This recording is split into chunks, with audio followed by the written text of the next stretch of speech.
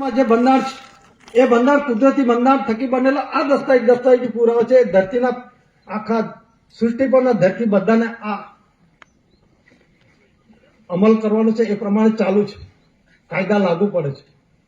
તો એમાં જે આપવામાં આવ્યું છે કે લેન્ડ રેવન્યુ રૂલ્સની અંદરમાં એમાં 1921, 1961, 1972, 1974, 1975 લેન્ડ રેવન્યુ રૂલ્સ છે.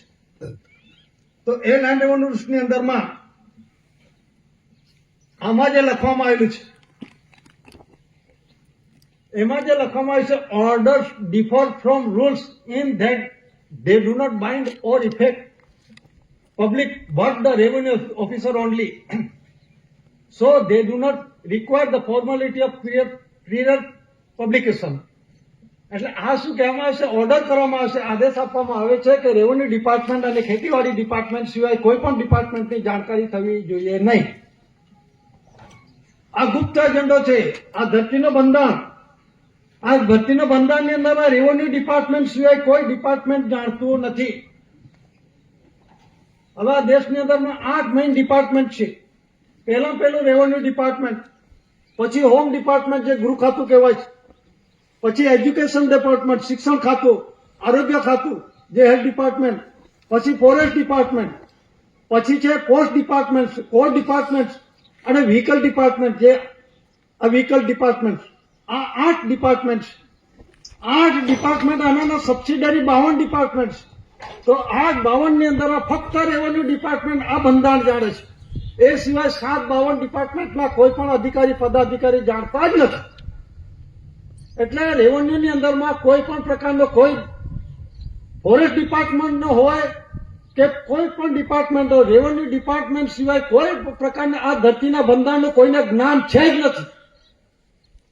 અને આ ગુપ્ત રાખેલો છે એજન્ડો. આ ધરતીના બંધારણની અંદરમાં ગુપ્તતા રાખવામાં આવી છે, જાહેર નહીં કરવો ઓર્ડર કરવામાં આવે છે, આદેશ કરવામાં આવેલો છે. લેન્ડ રેવન્યુ રૂલ્સના બંધારણ મુજબ આ જે રેવન્યુનું છે કોન્સ્ટિટ્યુશન બંધારણ છે એ ગુપ્ત રાખવાનું, એવું પબ્લિકેશન નહીં કરવું જગ જાહેર છે. શા માટે? ઘણા કહે છે કે આ ફોરેસ્ટ ડિપાર્ટમેન્ટની જમીન છે, આ મારી જમીન છે, પેલા કહે કે આ જમીન છે. અત્યારે બિહારમાં શું થયેલું છે, પેલા વેચવા છે બધા માલિક થઈ ગયેલા છે. 1020 એકર 1 રૂપિયાના ટોકનમાં આપી દીધેલો છે. એના બાપની પેઢી હોય એવું સમજે છે. આ બંધારણનું જ્ઞાન છે કે કોઈનો? અને બધું વેચવા બેઠા છે. પણ જોજો આવનાર પરિસ્થિતિ તમને ખરાબમાં ખરાબ પરિસ્થિતિમાં લાવશે. અંત પણ તકલીફવાળો થશે. આ ખુરશી છે, ખુરશીની અંદરમાં મજાક મસ્તી માટે નથી આ દેશનો વહીવટ કરવાનો. એ નોન જ્યુડિશિયલ બંધારણને પોતે સ્વદેશ એની અંદરમાં જમા ઉધાર પાછું તમારે જમા જેવું કશું છે જ નથી. પછી શું થાય? બધા માલિક થઈને બેઠેલા છે.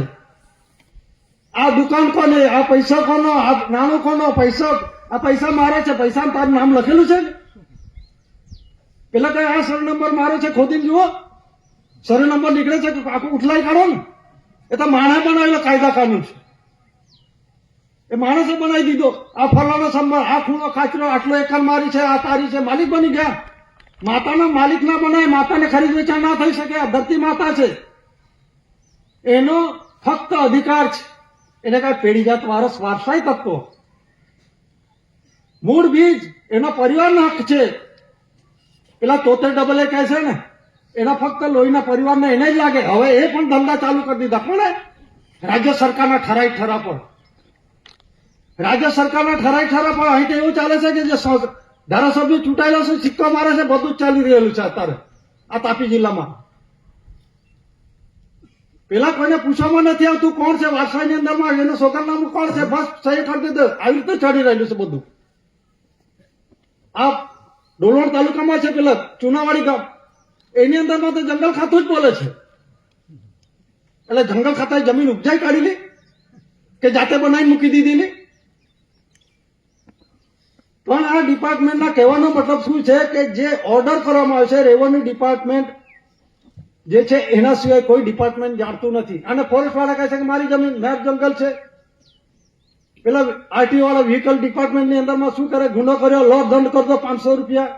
મારે એક દિવસ એવું જ થયેલું, પેલા ભાણિયાને પકડ્યો અહીંયા વ્યારા પાનવાડી.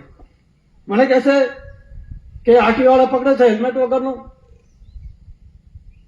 એટલે શું કહે છે તે ગૂગલ પે કરો 500 રૂપિયા. અરે એકાઉન્ટમાં પૈસા આવ્યા ને ગૂગલ પે, વાત જ બેંકનું એકાઉન્ટની કઈ વાત કરો છો? તે ગૂગલ પે કેવી રીતે કરાય? પૈસા હશે તો ગૂગલ પે થશે જ નહીં.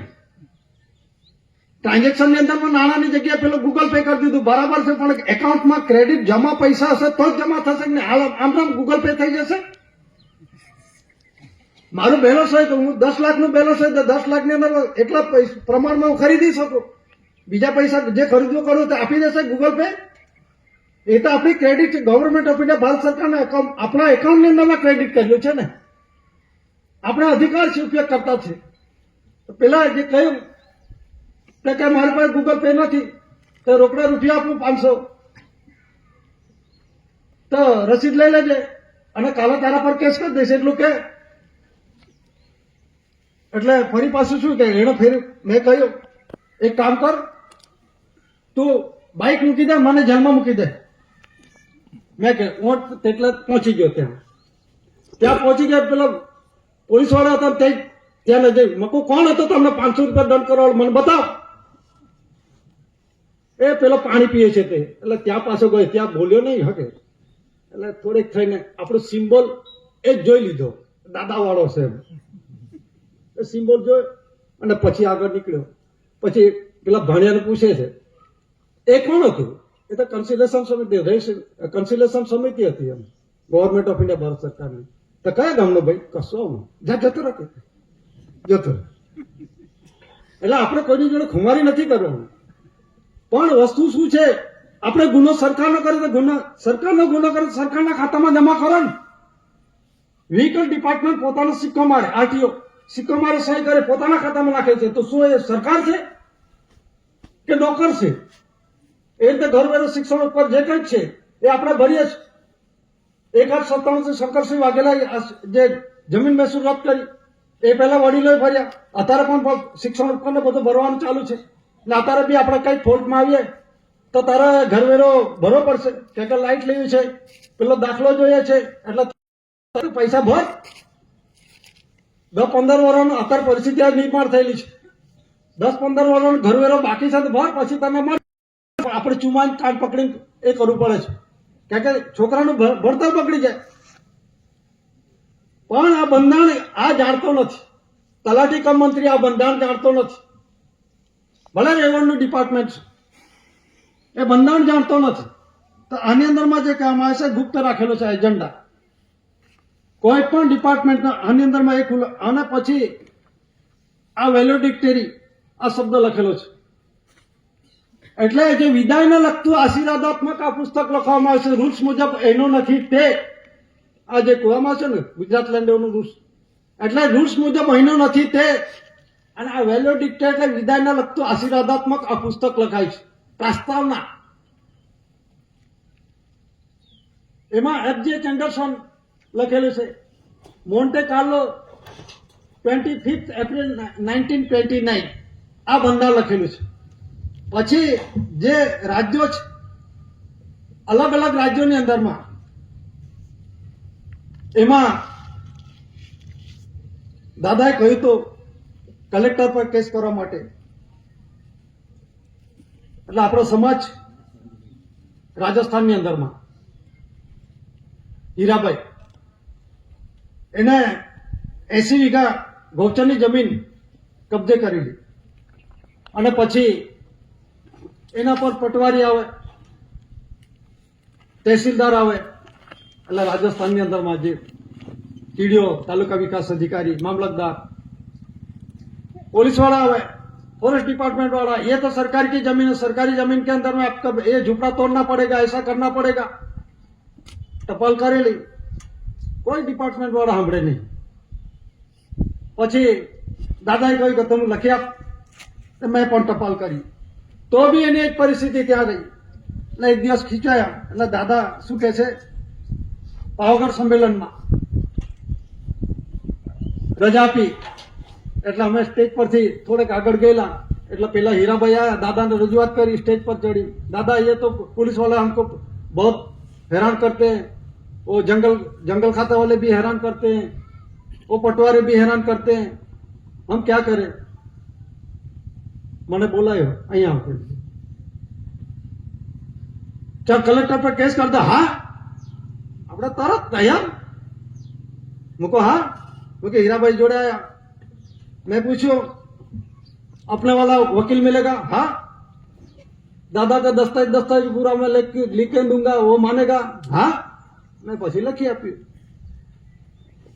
કલેક્ટર પર, પછી જંગલ ખાતાવાળા પર અને જે મામલતદાર પર, એ 5 જણા પર કેસ કર્યો।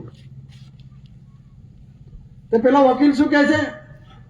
કેસ તો કર્યો, લખીને તો આપ્યું, પણ એને ખબર ના પડે વકીલને। તો વકીલે ફોન કર્યો એટલે પેલા ઓફિસની અંદરમાં ગયા ને બધું ખુલાસા માટે ગયા। આ બધું land revenue, Gujarat land revenue મૂકેલો પાના બધા, એટલે પેલા જોયે તો આ તો ગુજરાતમાં લાગે, રાજસ્થાનમાં ના લાગે।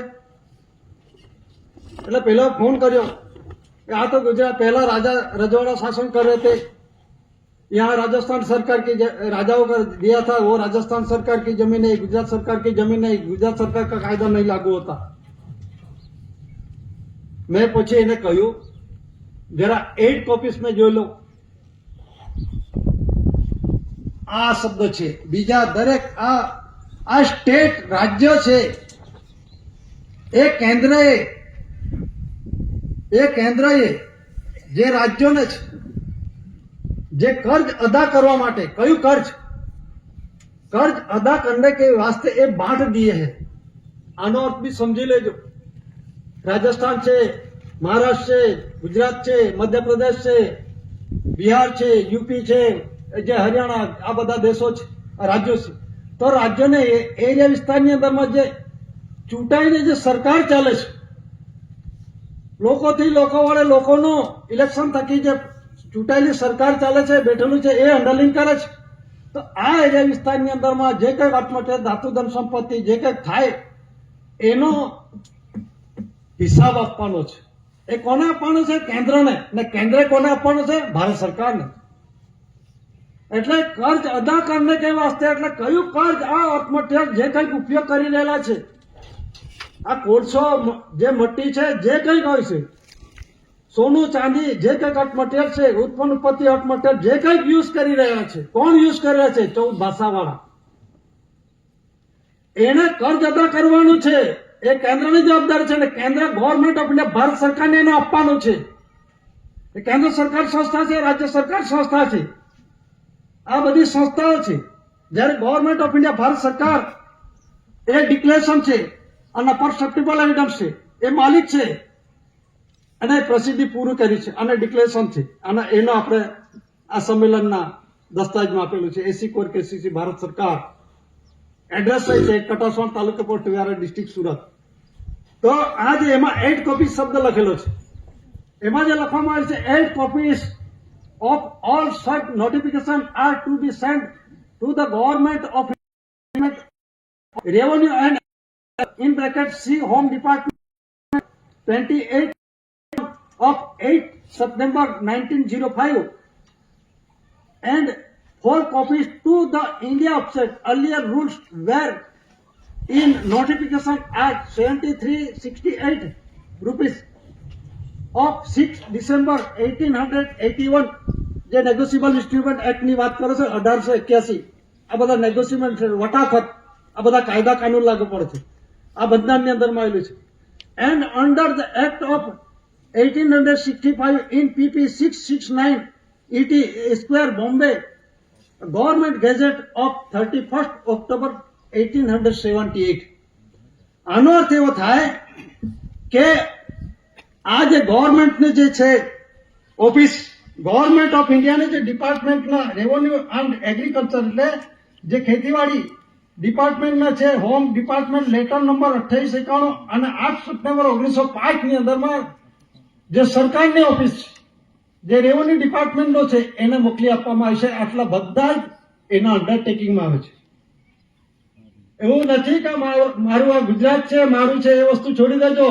એ દેવોદર સંસ્થા છે, હજુ કહું છું, રાજ્ય સરકાર સંસ્થા છે, કેન્દ્ર સરકાર સંસ્થા છે, અને સંસ્થાની મુદત પૂરી થઈ ગઈ છે 4/2/1969. પણ આપણા વાત શું છે? ઝંડો ઊંચો કરીને હમ તમારે સાથ હે, તું આગે વળો, પેલો પાછળ હશે ને આપણા વાળો બરાબર પાડશે. અને એ જ આપણને પેલો થપ્પો મારેલો છે ને, એ જ આપણને હેરાન કરી રહેલું છે. પણ હજુ સમજી નથી શક્યા આપણે, એટલા માટે આપણને તકલીફ ભોગવી પડી રહી છે, ચાલુ છે, અને બધાને જ પડશે.